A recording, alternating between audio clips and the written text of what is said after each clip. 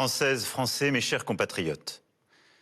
Depuis l'attaque brutale lancée par le président Poutine contre l'Ukraine le 24 février, les forces russes bombardent Kiev, assiègent les villes les plus importantes du pays. Des centaines de civils ukrainiens ont d'ores et déjà été tués. Des femmes et des enfants ont été tués encore ce jour. Les jours qui viennent seront vraisemblablement de plus en plus durs. Des centaines de milliers de réfugiés fuient vers la Moldavie, la Pologne, la Roumanie, la Hongrie, la Slovaquie et progressivement le reste de l'Europe. Dans cette épreuve sans précédent, depuis nombre de décennies, nous nous tenons aux côtés de l'Ukraine. Je salue ce soir le courage du peuple ukrainien qui résiste sous le feu des armes. Et en votre nom, j'adresse au président Volodymyr Zelensky le soutien fraternel de la France. Il est aujourd'hui à la tête de son peuple si courageux, le visage de l'honneur, de la liberté, de la bravoure. Ni la France, ni l'Europe, ni l'Ukraine, ni l'Alliance Atlantique n'ont voulu cette guerre. Nous avons au contraire tout fait pour l'éviter. Vous le savez, j'ai depuis 2017 conduit un dialogue exigeant et constant avec le président Poutine. Et face à l'aggravation des tensions, je me suis rendu à Moscou, puis à Kiev, les 7 et 8 février derniers, pour rechercher des alternatives à un conflit armé. Plusieurs autres dirigeants européens ont d'ailleurs accompagné cet effort.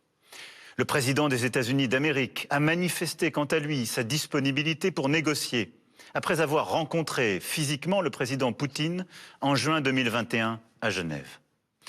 C'est donc bien seul et de manière délibérée que, reniant un à un les engagements pris devant la communauté des nations, le président Poutine a choisi la guerre. Cette guerre n'est pas un conflit entre l'OTAN et l'Occident d'une part et la Russie d'autre part, comme certains peuvent l'écrire. Il n'y a pas de troupes ni de bases de l'OTAN en Ukraine. Ce sont des mensonges. La Russie n'est pas agressée, elle est l'agresseur. Cette guerre est encore moins, comme une propagande insoutenable voudrait le faire penser, une lutte contre le nazisme, c'est un mensonge.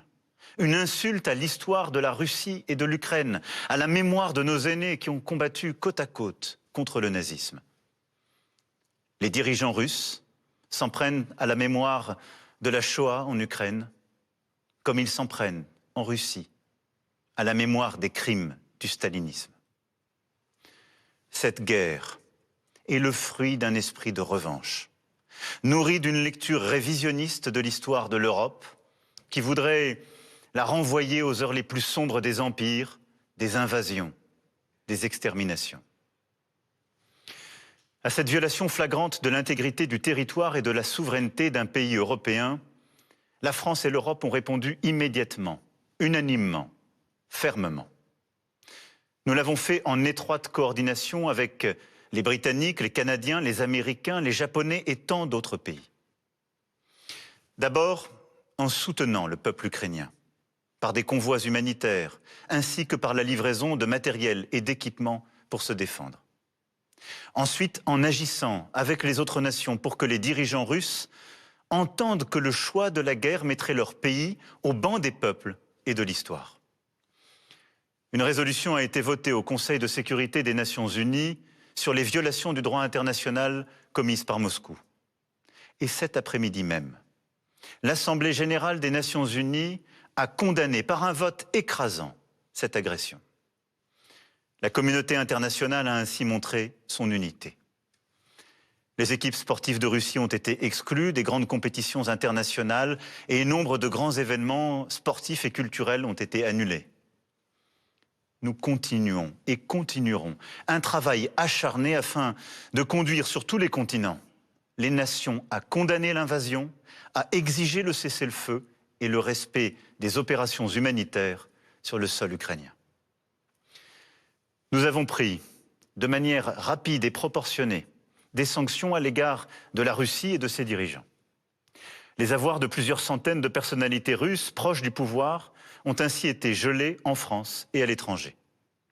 Plusieurs grandes banques russes ont été exclues des systèmes de paiement internationaux, rendant impossible nombre de transactions et entraînant la chute du rouble. Les organes de propagande russes viennent de cesser d'émettre en Europe. Sur le terrain, nous nous sommes donné les moyens de protéger nos ressortissants en organisant le transfert de notre ambassade d'une ville à l'autre en Ukraine et en permettant à tous les Français ou binationaux qui le souhaitent de pouvoir quitter le pays dans les meilleurs délais. Et je veux ici, en votre nom, remercier l'ensemble des diplomates, policiers, militaires et agents de l'État qui continuent de mener cet effort et prennent en charge nos compatriotes en Moldavie et sur les principaux points de sortie du territoire ukrainien. Je remercie aussi l'ensemble des journalistes qui couvrent avec courage le conflit et œuvrent ainsi à la liberté d'information de tous les citoyens du monde. Enfin, nous avons participé à l'effort dans le cadre de l'OTAN pour protéger la sécurité et la souveraineté de nos alliés européens en renforçant la présence militaire que nous avons déjà dans les États baltes et dans la région. Ainsi, plusieurs centaines de soldats français sont arrivés hier sur le sol de la Roumanie. Initiatives diplomatiques, sanctions contre les dirigeants politiques et économiques de la Russie, soutien à la population ukrainienne vont ainsi se poursuivre et s'intensifier avec pour objectif d'obtenir l'arrêt des combats. Et pour autant, nous ne sommes pas en guerre contre la Russie. Nous savons tout ce qui nous lie à ce grand peuple européen, qu'est le peuple russe, qui a tant sacrifié durant la Seconde Guerre mondiale pour sauver l'Europe de l'abîme.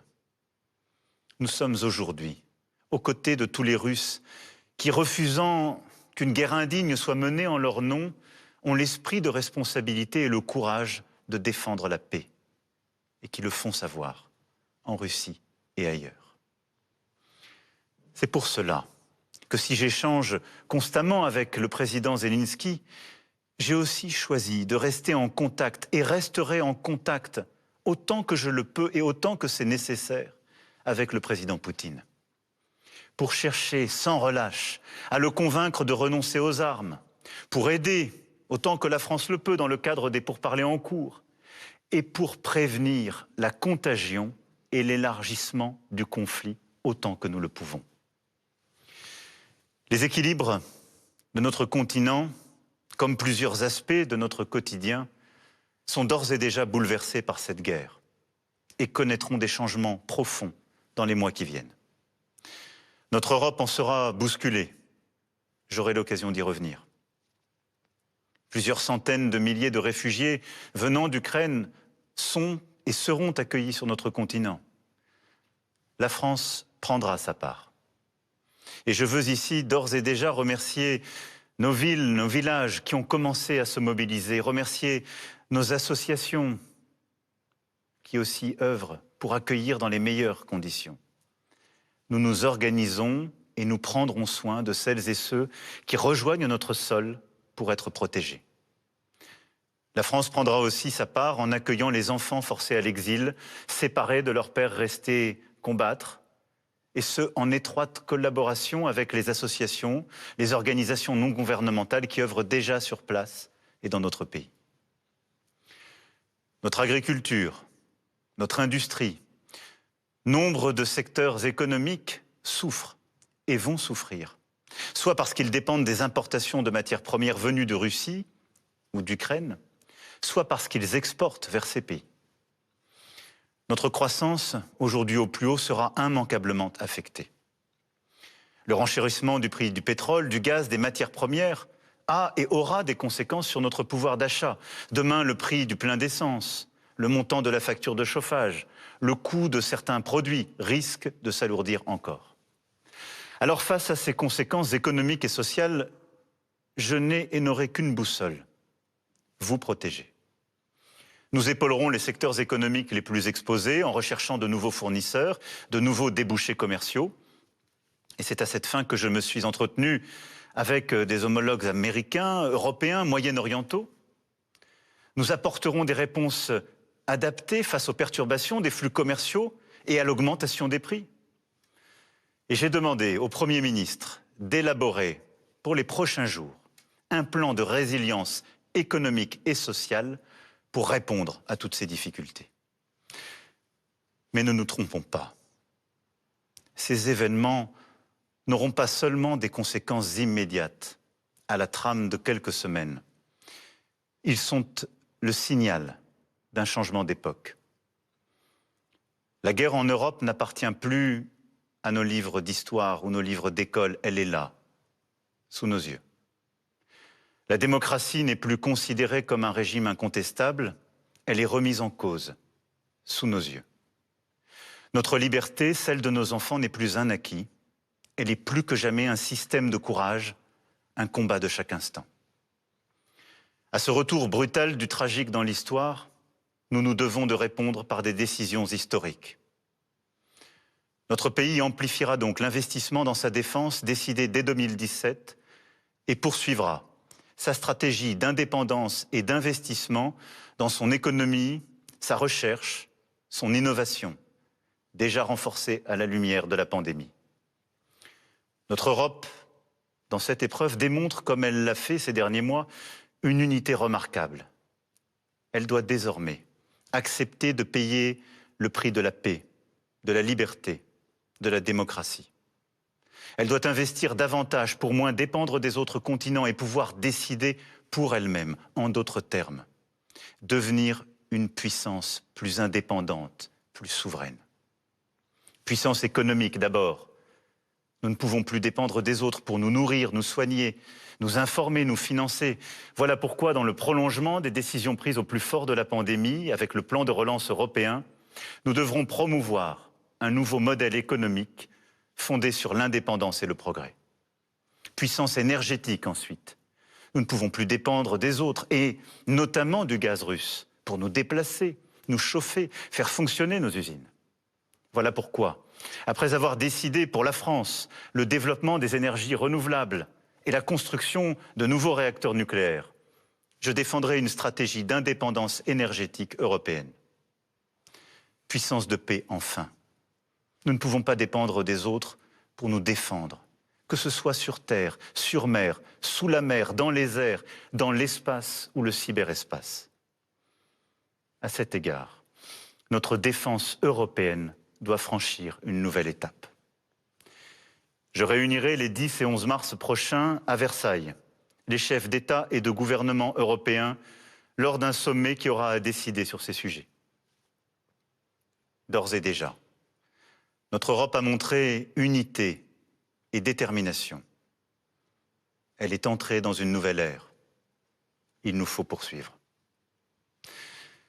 Mes chers compatriotes, la guerre en Ukraine marque une rupture pour notre continent et nos générations.